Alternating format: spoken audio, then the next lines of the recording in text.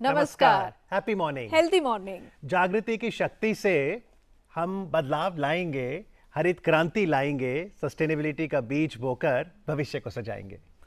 बारिश आएगी, बूंदें गिरेंगी, ऐसे मौसम में रेन वाटर हार्वेस्टिंग घर घर में होगी। और वर्षा ऋतु आने वाली है, ये सही समय है कि हम सभी रेन वाटर हार्वेस्टिंग सिस्टम को बेहतर समझें। बिल्कुल, और इसे समझना बेहद आसान है। एक कैचमेंट एरिया होता है, जैसे कि हमारी छत या बालकनी।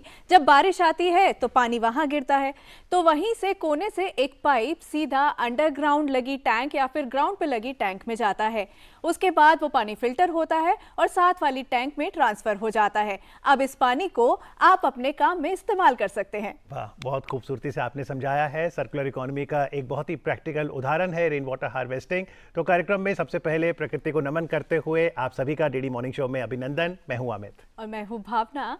प्रकृति को हम इज्जत देंगे, उसकी रक्षा करेंगे, संरक्षण करेंगे और नई सोच के साथ बदलाव लाने का प्रयास करेंगे। इसी के साथ जानते हैं आज का सुविचार। स्वराज की कुंजी शहरों में नहीं बल्कि गांव में है। जब मैं गांव को उनकी गरीबी से मुक्त कर दूंगा, तब मैं आपके लिए और पूरे भारत के लिए स्वराज प्राप्त कर लूंगा। तो गांव की जीवन शैली से हम सभी बहुत कुछ सीख सकते हैं, जैसे कि प्रकृति से जुड़ना, चलना फिरना, अच्छा खान पान, और इससे हमारी सेहत भी ठीक रहती है। डीडी मॉर्निंग शो का जो फ्राइडेज एडिशन है वो फोकस हेल्थ पे करता है। आज के कार्यक्रम में हमारे चर्चा का विषय रहेगा कि कैसे हम अपनी हड्डियां, खासतौर पे जॉइंट्स की सेहत अच्छी रख सकते हैं। साथ ही जानेंगे हेयर ट्रांसप्लांट और कॉस्मेटिक सर्जरी के बारे में। लेकिन आइए कार्यक्रम में सबसे पहले जानते हैं कि आज की जो तारीख है 24 अप्रैल, वो इतिहास में क्यों विशेष है।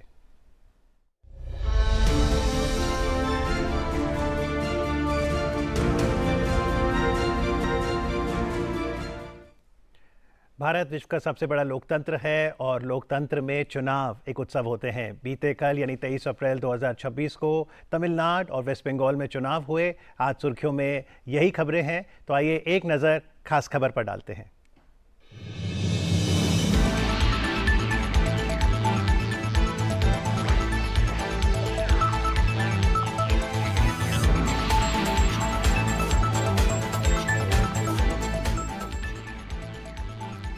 बंगाल तमिलनाडु में रिकॉर्ड वोटिंग, आजादी के बाद सबसे ज्यादा मतदान। Tamil with 84.69% and West Bengal phase 1 with 91.78% recorded the highest ever poll participation since independence. Previously in Tamil Nadu it was 78.29% and in West Bengal 84.72%, both in year 2011. External Affairs Minister Dr. S. Jaishankar formally unveiled the logo, theme and website of the India-Africa Forum Summit to be held from 28th to 31st May 2026 in New Delhi. And the Central Board of Secondary Education CBSE has released the date sheet for the second board exam of class 10. Exams will be held from 15th to the 21st of May. जी, तो waste Bengal में जो चुनाव हैं वो 2 चरण में होने हैं। बीते कल 23 अप्रैल को पहला चरण समाप्त हुआ और अब दूसरा चरण 29 अप्रैल को है। लेकिन पांचों ही राज्यों की बात करें, वेस्ट बंगाल, तमिलनाडु और इससे पहले जो 3 राज्य थे, असम, केरला, पुडुचेरी, इनके चुनाव तो हो गए।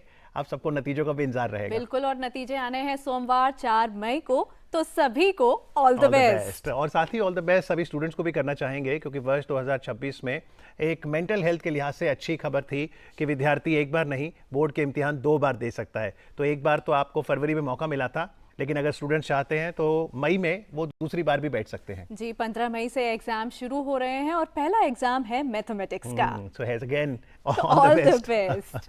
चलिए आज की तारीख पर आते हैं। 24 अप्रैल आज की तारीख विशेष है क्योंकि आज राष्ट्रीय पंचायती राज दिवस है। शहर और गांव से मिलकर देश बनता है। शहर की चमक तो अक्सर दिख जाती है, लेकिन देश की आत्मा तो गांव की मिट्टी में बसती है और इस आत्मा को आवाज मिलती है पंचायती राज के द्वारा। So here's quiz time. आपसे मेरा सवाल है कि संविधान की वो कौन सी अमेंडमेंट थी जिसके चलते भारत में पंचायती राज सिस्टम आया? 73rd। करेक्ट, बिल्कुल सही। Thank you. पंचायती राज यानी कि लोगों द्वारा लोगों के लिए, लोगों के बीच लिए गए फैसले। एक ऐसा भारत जहां हर गांव अपने विकास की कहानी खुद लिख रहा है, जहां फैसले लोगों की भागीदारी से लिए जाते हैं और जहां लोकतंत्र सिर्फ एक व्यवस्था नहीं बल्कि जीवन का हिस्सा है। यही है पंचायती राज व्यवस्था, भारत की मजबूत और आत्मनिर्भर भविष्य।